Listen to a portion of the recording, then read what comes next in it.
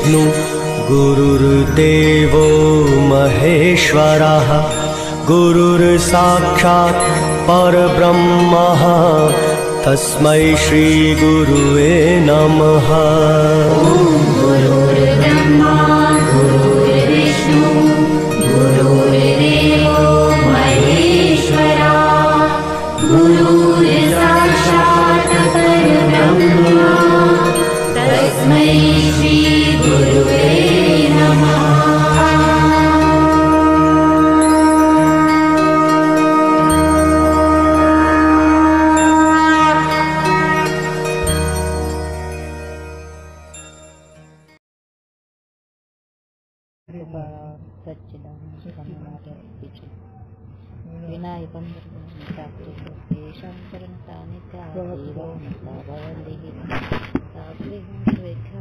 ज्ञान प्रसाद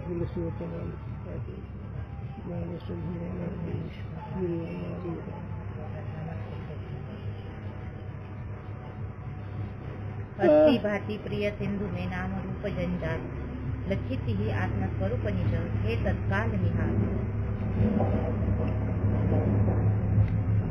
वाक्यार्थ ज्ञान का क्रम साक्षात ज्ञान कशाचा साक्षात ज्ञान वाक्यार्थ ज्ञान का क्रम हे आवाज येते ना वाक्यार्थ ज्ञान आहे वाक्यात पासून जे ज्ञान होतं त्या ज्ञान होण्याचं कशी रीत आहे कसं क्रम हे सांगायचं शब्दबोध का यह क्रम है। आता वाक्यार्थ ज्ञान बर का पदार्थ ज्ञान नाही नियम है। शब्दबोध का यह क्रम है ज्या पुरुष को पद की वृत्ति ज्ञात होवे ता पुरुष को वाक्य के सकल पदन का साक्षात्कार होवे।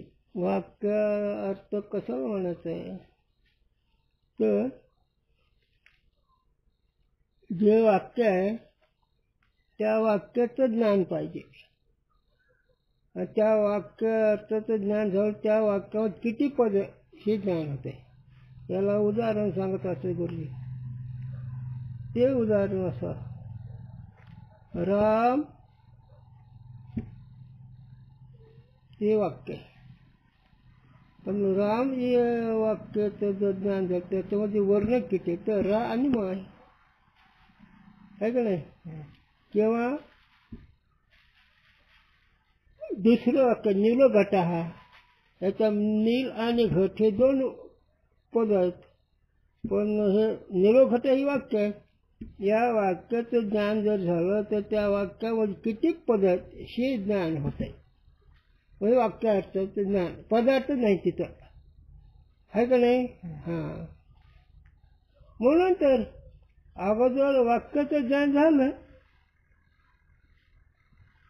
त्या वाक्यामध्ये पद किती आहेत आणि नंतर पदार्थाचं ज्ञान पण अगोदर वाक्याचं काम पाहिजे। म्हणून तर आम्ही ज्यावेळी गुरुजीकडे येतो त्यावेळेस नुसते वेदांताचे पद कसे आहेत हे कळायला 1 वर्ष गेलं। वाक्यार्थ वाक्य हे ते वाक्य किती पदार्थ आहे वाक्याचं ज्ञान कसं होतं म्हणून पदवाचं ज्ञान वेदांताच्या वाक्याचं ज्ञान अगोदर व्हायला पाहिजे तेव्हा मग ती शाब्दी होती। जिस पद की जिस अर्थ में वृत्ति पूर्व जानी होवे तिस पद से तिस अर्थ की स्मृति होवे है। असं ज्या पदार्थी ज्या अर्थाचे संबंध ही वृत्ती होती त्याला त्या पदाकडून त्या अर्थाची स्मृती होते। थोडी साखर देऊ हो दिली ते चालेल आला चाललं ना मला।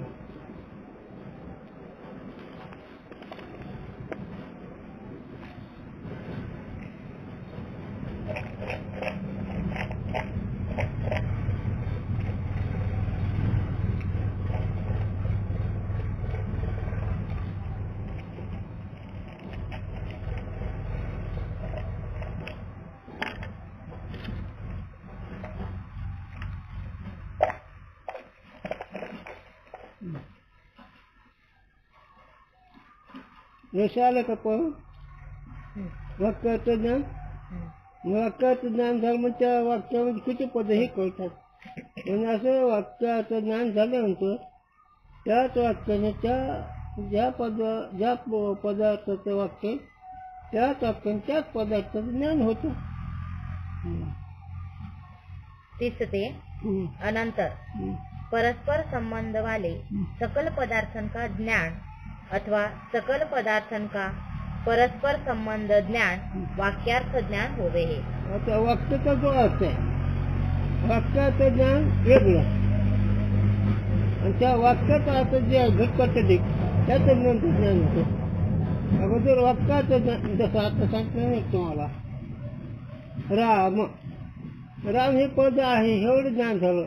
पण त्या राम हे पद या वाक्यात ज्ञान झालं तर राम हे अर्थ कोण आहे, मग ते राम लक्ष्मण किंवा राम हे जसं झालं तेव्हा नील घट हा, जसं नील आणि घट या दोन पदाचं वाक्य झालं. त्या वाक्याचं ज्ञान झाल्यानंतर त्या वाक्याचा अर्थ जो आहे त्याचं ज्ञान होतं. अगोदर वाक्य ज्ञान नंतर वाक्यार्थ ज्ञान.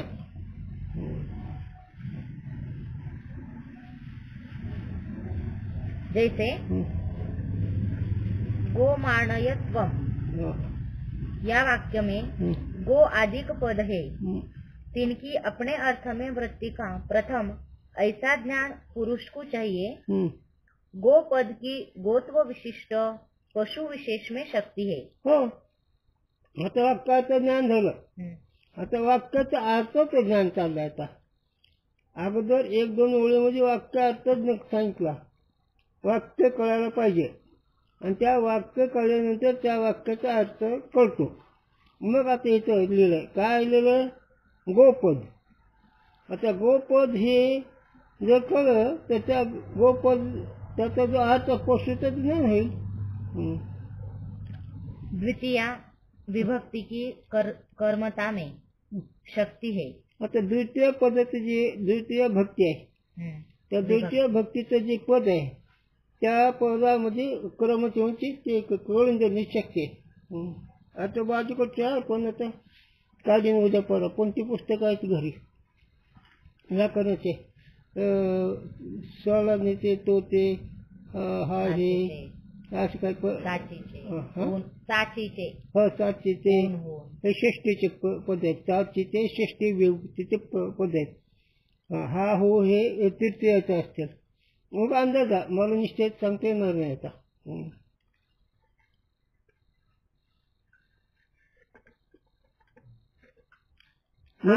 द्वितीय पदाचे भक्ती पद जे ते क्रमवाचक आहे.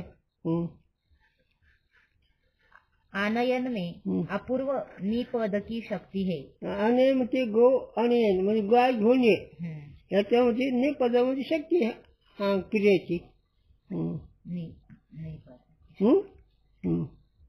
यकारोत्तर अकार की कृती और प्रेरणा में शक्ती है. यकारोत्तर जे असणार आहे त्याच्यामध्ये तिकडे प्रेरणा करणे शक्य आहे त्या पदात. संबोधन योग्य चेतन में त्वम पद की शक्ती है. आणि त्वम पदाची शक्ती म्हणजे ते ज्याला सांगायचं त्याच्यात शक्य आहे. इस रीति से शक्ति ज्ञान वाले को गो मानयन त्वम या वाक्य का श्रोत्र से संबंध होते ही गो अधिक सकल पदन का साक्षात्कार होय के तीन पदन के शक्य अर्थ की स्मृती होवे है. तो आता गो हे पदाचं वाक्य उच्चार केल्यानंतर त्या पदाचं ज्ञान झाल्यानंतर त्या पदाने त्या पदार्थाची स्मृती होती त्या वाक्याने. जैसे हस्ती पालक के ज्ञान से ताके संबंधी हस्ती की स्मृती होवे है. हस्तीपालक असतो. हस्तीपालक हे दुसरे नसते होत. जे हस्तीपालकच आहे हत्तीला सांभाळणारा त्याला हस्तीपालक म्हणा. आता हस्तीपालक या वाक्याने कशी स्मृती होती, हत्तीची. हत्तीपालक म्हणजे हत्तीला सांभाळणारा जो त्याच्या पदाने त्या हत्तीची स्मृती होती. पण त्या हत्तीपालकाचं ज्ञान अगोदर नंतर नंतर स्मृती.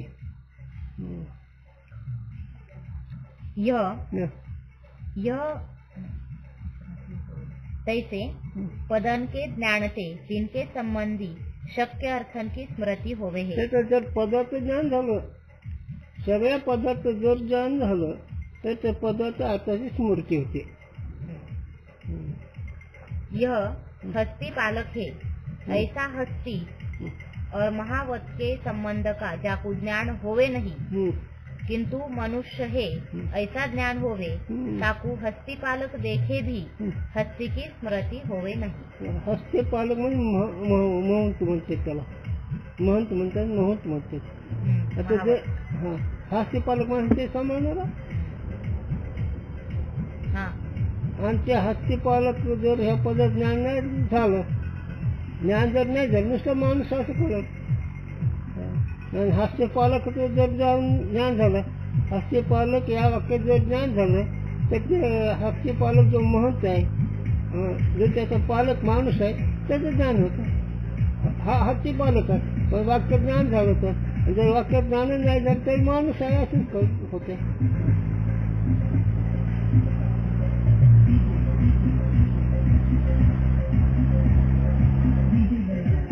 जाऊ दे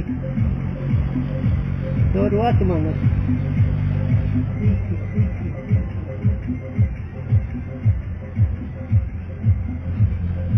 विषय असा क्लिष्ट आणि असा विक्षोभ. क्लिष्ट काय, आता ते लय दिवस झालं वाक्य रचना आता येत नाही. वाक्य रचना अर्थ होता, ज्ञान होता. तैसे इस पद का यह शक्य है अथवा लक्ष्य है, ऐसा शक्ति व लक्षण रूप संबंध का जाकू पूर्व ज्ञान होवे नहीं, किंतु अज्ञात पदार्थ का नहीं, अज्ञात पद का श्रवण साक्षात्कार होवे ताकू पदन के श्रवणते भी अर्थन की स्मृती होवे नहीं. जसं पदार्थ जर ज्ञान झालं आणि त्या पदार्थात जर पदार्थाचं पूर्व ज्ञान नाही जर झालं तर त्याला त्या पदार्थ स्मृती होत नाही. पण मागं पाहिलं पाहिजे ना, आणि ते मागं पाहिल्यानंतर पुन्हा ते पद ऐकायला आल्यानंतर त्या पदार्थ स्मृती होती. आणि जर पदार्थ कधी पाहिलं नाही, पदार्थाचं ज्ञान नाही, तर त्या पदार्थ त्या वाक्यात सुद्धा स्मरण होत नाही. याते वृत्ति सहित पद का ज्ञान पदार्थ स्मृती का हेतू है. म्हणून वृत्तीसह पदार्थाचं ज्ञान स्मृतीचं कारण आहे, त्या स्मृती ज्ञानाचं कारण आहे. वृत्ती म्हणजे पदार्थ आता जो संमती वृत्ती, मग त्या पदाकडून त्या वृत्तीसह त्या पदार्थाचं ज्ञान होतं. पण वृत्तीचं ज्ञान असेल तर पदार्थाचं ज्ञान होतं. वृत्ती म्हणजे संबंध, पदार्थ आता जो संबंध, त्या संबंध ज्ञान झालं तर ते ज्ञान होते. कसं ते, आता थोडं थांबा, आता विषय महत्वाचा आला. गुरुने सांगा, तुम्ही देवाचं नाव घेता, पण देवाच्या नावाचा संबंध कुणाशी आहे, तो पदार्थ नाही समोर असं. आणि त्याचं जर सतत त्या नामाचं चिंतन जर केलं तर मग तो पदार्थ पुढे येईल. आता तुम्हाला काही निमित्ताने पदार्थ चिंतन करायचं, बरं ते पदार्थ चिंतन करून ती पद कसं उच्चारावं हे कळत नाही. बरं कोण्या मंत्रात किती पद आहे हे कळत नाही. वाक्यामध्ये कोणत्या वाक्यावर किती पद, ओम नमो भगवते वासुदेवाय हे वाक्य आहे. आता हे तर किती पद आले, ओम नमो भगवते वासुदेवाय, 4 पद आहे. मग ही 4 पद मिळून एक वाक्य झालं. म्हणून त्या वाक्याचं ज्ञान झालं पाहिजे. वाक्यामध्ये किती पदार्थ हे आपोआप कळतंय. आणि नंतर त्या वाक्याचा कोणा संबंध आहे त्या संबंधीचं ज्ञान झालं. म्हणजे वाक्यवृत्तीचा संबंध, वाक्यवृत्तीचं ज्ञान झालं पाहिजे, म्हणजे संबंधाचं ज्ञान झालं पाहिजे. केवळ पद का ज्ञान हेतू नाही, केवळ नुसत्या पदाचं ज्ञान करणे. वृत्ती से वृत्ती पाहिजे ना. मग आता तुम्हाला आम्ही द्रष्टा म्हणतो आहे का ना. मग द्रष्टा या पदाचा अर्थ शब्दाने कळला, किंवा जर द्रष्टा नाहीच कळला द्रष्टा शब्दही कळायचा नाही आणि त्याचा अर्थही कळायचा नाही. आणि ते द्रष्टा या पदाचा अर्थ जर कळला तर द्रष्टा या पदाचा उच्चार आणि द्रष्टेची वरती होईल. का तर द्रष्टा या पदाचा संबंध कोणाशी आहे ते संबंधाचं ज्ञान झालं, त्या वृत्तीचं ज्ञान झालं. वृत्ती ज्ञानामुळे त्या पदार्थ स्मृती होती तर प्रत्यक्ष ज्ञान होतं. असंच इकडे घ्यायचं. आणि इतकं बारीक का शब्द प्रकरण एवढं सूक्ष्म का संबंध पाहिजे, संबंधी कळला पाहिजे. अगोदर पदच कळत नाही, पद कळलं तर त्याची वृत्ती म्हणजे संबंध कळत नाही आणि काहीच होत नाही. अगोदर पद कळावं, पद म्हणजे वाक्य अर्थ कळावं. वाक्यार्थ म्हणजे किती पदाचं वाक्य आहे ते वाक्य असं ज्ञान वेगळं. वाक्यार्थ ज्ञानाचा संबंध वाक्याचं ज्ञान हे कळल्यानंतर नंतर त्या वाक्याचा संबंध म्हणजे कोणती वृत्ती कोणाच्याही वृत्ती ज्ञान झालं पाहिजे. आणि वृत्ती ज्ञान झाल्यानंतर पदाचं ज्ञान होतं. अगोदर वाक्याचं ज्ञान, नंतर वाक्याचं अर्थ जे आहे त्या वाक्याचा आणि अर्थाचा जे संबंध जी वृत्ती त्याचं ज्ञान आणि त्या ज्ञान झाल्यानंतर त्या पदार्थाचं ज्ञान होतं. लक्षात आलं का नाही? पदन के ज्ञानते सकल पदार्थन की स्मृति होय के सकल पदार्थन के परस्पर संबंध का ज्ञान होवे हे. हो, तर पहिलं वाक्य होतं आताच पदन के ज्ञानते पदाच्या ज्ञानाने सकल पदार्थन की स्मृति होय के सगळ्या पदार्थाची स्मृती होऊन सकल पदार्थन के परस्पर संबंध का ज्ञान होवे हे. सगळ्या पदार्थाचा संबंध ह्याचं ज्ञान होतं, परंपरा संबंधाचा. अथवा पदन के ज्ञानते परस्पर संबंध सहित जिन पदार्थन का स्मरण हुआ है तीन पदार्थन का परस्पर संबंध सहित ज्ञान होवे हे. हो, ज्या पदार्थ ज्या अर्थ संबंध आहे त्याचं ज्ञान झाल्यानंतर परंपरा संबंधाचं ज्ञान होतं.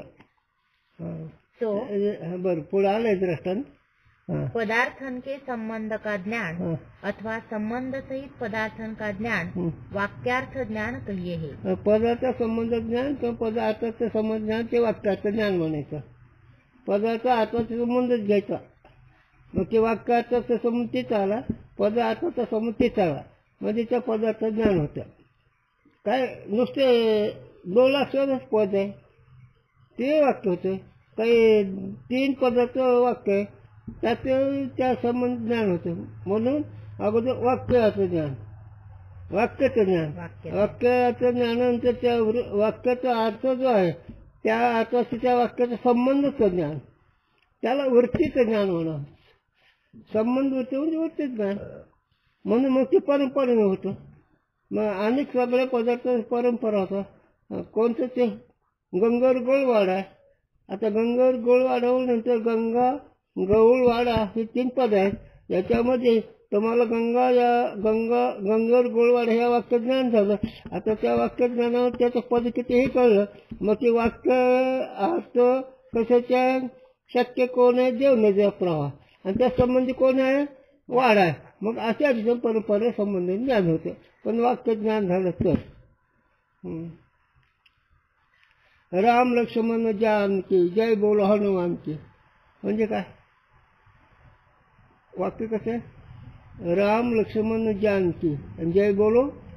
मग ह्याच्यात पद किती आले, मग ह्या वाक्य ज्ञान झालं पाहिजे. वाक्याच्या ज्ञानामध्ये पदार्थ ज्ञानच होतं आणि त्या पदार्थ अर्थ जो असणार आहे राम लक्ष्मण जानकी त्याचं परंपरे अगोदर रामाचं ज्ञान, नंतर जानकी, नंतर पुढे काय हनुमानजीचं. राम लक्ष्मण हे दोन्ही ज्ञान झालं. जानकी नंतर जानकी ज्ञान, नंतर हनुमानजीचं. म्हणून परंपरा संबंधाने अगोदर राम हे शक्य आहे का नाही. राम लक्ष्मण जानकी ही पद 3 आहेत. या 3 पदामध्ये अगोदर राम या पदार्थाचं ज्ञान होतं, नंतर लक्ष्मणचं होतं, नंतर जानकीचं होतं, नंतर हनुमानजीचं. परंपरा संबंध पदार्थ परंपरा संबंध आहे का नाही. का कळलं ना? हा कळायलं ना? हा. खरं कळलं का भिड नाही? नाही. हा. कारण हे तुम्हाला तत्वमसी महावाक्याला कसं त्याचं ज्ञान होतं हे खंबीर करण्याकरता इतकं सूक्ष्म विचार आहे. नुसतं तत्वमसी महावाक्य उच्चार करतात, तत्वमसी महावाक्याचा वाचा अर्थ लक्षात सांगून जातात, तेवढ्यात नाही ना भागत. ते बिनचूक कळलं पाहिजे, त्याच्याकरता एवढं सूक्ष्म प्रकरण चालू आहे. और शाब्दी प्रमा कहिए है. आणि त्या वाक्यात जी शक्ती होती त्यांनी शब्द ज्ञान होतं. शाब्दी प्रमा. गो मानयत्वम हाँ, या वाक्य में हाँ. गो पदार्थ का द्वितीयार्थ कर्मता में आधेयता संबंध है. आता गो म्हणजे गो गाय घेऊन ये याच्यामध्ये पुन्हा वाक्य होतं गो मानयत्वम. गोम आणि त्वम. या वाक्य में या वाक्यामध्ये गो पदार्थ का गो पदार्थाचं म्हणजे गो या पद असणारे जो पशु त्याचा द्वितीयार्थ कर्मता में आधेयता संबंध है. आता द्वितीय विभक्ती प्रत्यय त्याचा अध्यायाचा संबंध आहे. अधेयता को वृत्तित्व कहे है. आहे ना अध्येयचं ह्या पदाचा काय होतं वृत्ती व संबंध. वृत्ती ही संबंधवाचक पद विसरायचंच नाही. अध्येयचं हे पद काय दाखवतं संबंध दाखवतोय. गोम अनयन म्हणजे गोळाला घेऊन ये त्याच्यामध्ये अनयन हे अध्येयच आहे म्हणजे संबंध आहे. अपूर्व निके अपूर्व निके अर्थ अनयन में कर्मता का निरूपकता संबंध है. आता ते कोणतं आताचं वाक अपूर्व निके अर्थ अपूर्व जे जे आता जो पदार्थ हा अनयन में कर्मता का निरूपकता संबंध है. त्या अनयन हे म्हणजे निरूपक म्हणजे सांगणे, निरूपण म्हणजे सांगणे ह्याचा संबंध आला. हा यकारोत्तर अकार के कृति और प्रेरणा दो अर्थ है. अकार आणि यकारोत्तर एका उत्तर हे जे आहे एका उत्तर हे अक्षर त्याच्यात कोणता अकार के कृति अकारचे कृती. हा और प्रेरणा दो अर्थ है. अकार म्हणजे दोन अर्थ, एक आकृती अर्थ आणि प्रेरणा अर्थ म्हणजे प्रवृत्त करण्याकरता. तहा हा कृति में हा. अनयन का अनुकूलता संबंध है. आणि ते कृती त्याच्यामध्ये अनयनचा अनुकूलचा संबंध आहे. कारण त्याचं अनुकूलच आहे ना. अनयन हे जे पद आहे ते कृती का त्याच्यामध्ये त्याचा अनुकूलचा संबंध आहे. कृति का त्वम पदार्थ में आश्रयता संबंध है. आणि कृती म्हणजे हे क्रिया करणं त्यामध्ये जे आश्रय असणार आहे ना जो पदार्थ आहे तो आश्रय त्याचा संबंध आहे. त्वम पदार्थ में हा तो पदार्थ तो पदार्थ अर्थ त्या अर्थ ही त्या तो पदार्थ आश्रय आहे. प्रेरणा का त्वम पदार्थ में विषयता संबंध है. आणि तो पदार्थ म्हणजे प्रेरणा मग तिकडे ज्ञान प्रवृत्त करण्यामध्ये संबंध आहे. प्रेरणेमध्ये तिकडे जा म्हणण्यामध्ये याते म्हणून गो वृत्ती कर्मता निरूपक अनयानुकूल वृत्त्याश्रया प्रेरणा विषय त्वम पदार्थ. म्हणजे आता ते वाक्य ज्ञान श्रोता को होवे है. मग इतकं ते जे पूर्ण वाक्य उच्चार केल्यावर त्या ऐकणारा पूर्ण त्या वाक्य ज्ञान होतं. आता ते वाक्य मला जात नसल्यामुळे उच्चार करता येत नाही. तिथे वृत्ती विशिष्ट सकल पदन का ज्ञान शब्द प्रमाण है. आणि ते वृत्ती विशिष्ट म्हणजे संबंध विशिष्ट जे पदार्थ त्याचं ज्ञान होतं. वृत्ती विशिष्ट पदार्थ म्हणजे वृत्ती संबंध ज्या पदार्थ त्या पदार्थाचं ज्ञान होतं. सकल पदार्थ जेवढे संबंधी असतील तेवढेच. पदन के ज्ञान ते तिनके अर्थ की स्मृती व्यापार है. आणि पदार्थ जो अर्थ त्याचं ज्ञान जे आहे त्याला स्मृती म्हणायचं. वाक्यार्थ ज्ञान फल है. आणि त्या वाक्याचं जे ज्ञान आहे, वाक्यापासून जे त्या पदार्थ ज्ञान होतं त्या ज्ञानाला फल म्हणायचं. इस रीति से लौकिक वैदिक वाक्यन से बहुत स्थानों में पदार्थन के संबंध का व संबंध सहित पदार्थन का बोध ही फल होवे है. म्हणून अशा रीतीने वैदिक वाक्यासाठी व्यावहारिक वाक्य असो संबंध सहित त्या पदार्थ ज्ञान होतं. बोध म्हणजे ज्ञान. तथापि त्वम पदार्थ के संबंधी तत्पदार्थ का तत्पदार्थ के संबंधी त्वम पदार्थ का महावाक्यंते बोध माने तो असंगो ह्ययम पुरुषः. आता तोम पदार्थी तत्पदार्थ संबंध आहे आणि तत्पदार्थ तोम पदार्थी संबंध आहे असं जर मानलं तर ते वाक्य कोणतं पुढे आलं? असंगो ह्यम पुरुषः. असंग हा पुरुष असं ज्ञान होईल. इत्यादि श्रुति वचनों ने वेदांत प्रतिपाद्य ब्रह्म को असंगता कही है ताका बोध होवेगा. म्हणून तो तत्पदार्थ संबंध कळला आहे का नाही. मग असंग पुरुष असं त्याचं ज्ञान होतं. आता तो म्हणतात याचा संबंध कसा आहे तर वाचार्थाचा त्याग करून लक्षार्थाचे संबंध आहे. वाचार्थाचा त्याग करता अविद्यविशिष्ट चैतन्य तो पद वाचार्थ, महाविशिष्ट चैतन्य तत्पदाचा वाचार्थ, या दोन्ही तत् आणि तोमचा संबंध लक्षार्थाचे आहे. म्हणून असंग पुरुष असं ज्ञान सृष्टीमध्ये होतं. याते म्हणून महावाक्यन का प्रतिपाद्य अखंड ब्रह्म है. म्हणून अशा रीतीनं महावाक्याचं प्रतिपाद्य अखंड एकच ब्रह्म आहे. कारण तो माणसं तो आचार्याचा त्या करून लक्षात एकच आहे ना. घट आकाश महाकाश एकच आहे ना. मग त्या उपाधीचा बाद करायचा ना. तिकडं मोठं आकाश टाकायचं इकडे घट आकाश टाकायचं म्हणजे उपाध्या टाकायचा दोन्ही एकच. म्हणतो मी तू पण जाऊ जे दुरी एकची घोंगडी पांघरू हरी. वाक्यन को अखंड अर्थ की बोधकता में दृष्टांत संक्षेप शारीरिक में स्पष्ट है. विस्तार भयते लिखा नाही. आता वाक्याचं जे ज्ञान त्या ज्ञानामध्ये संक्षेप शारीरिक जे ग्रंथ करते त्याच्यावर जे ते उदाहरण आहे संक्षिप्त होऊन थोडक्यात सांगितलं. विस्तार होईल म्हणजे जास्त सांगितलं नाही. त्या ग्रंथामध्ये संक्षेप शारीरिकाचा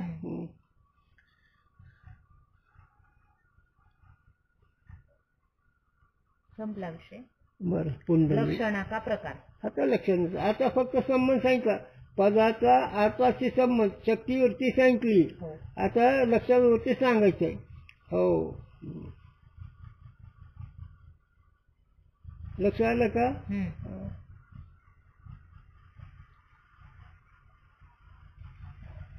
हेडिंग बदललं ना जाऊ दे. पण हे असं काय नाही हे एकदा दोनदा किलो लक्षात येऊन जाईल. ते तुम्हाला आम्हाला लक्षात येत आहे पटकन पण ते तुमच्या लक्षात येत आहे. ते संबंध म्हणलं की शक्तीवरती घ्यायचे आणि शक्य असं संबंध म्हणलं की लक्षणावरती घ्यायचे. मग ते पदाचं अगोदर पद वाक्य ज्ञान म्हणजे वाक्य कळलं पाहिजे. आता तत् आणि तो हे कळलं. आता समजा इकडे आपण हे घेऊ आपण माऊलीचं ओम सोहम. आता ओम अहम सोहम असं याचं ओम हे काय आहे कळलं पाहिजे. अहम काय कळलं पाहिजे. सोहम काय कळलं पाहिजे. अगोदर वाक्याचं ज्ञान झालं पाहिजे. वाक्याचं ज्ञानानंतर यथार्थ पदार्थाचं ज्ञान होतं. वाक्याचं यथार्थ जर नाही कळलं तर पदार्थ ज्ञान होत नाही. म्हणजे याच्या अगोदर वाक्य असं म्हणजे वाक्यामध्ये काय योग्यता आहे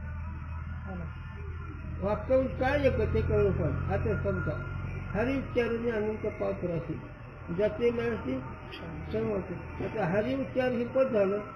हरी हे पद आहे त्याचा उच्चार करून अनंत पाप रस नाही कळतात. मग हरी ही पद कळलं पाहिजे अगोदर आणि ते पदामध्ये काय योग्यता ही कळले नाही ते अर्थ कळतं.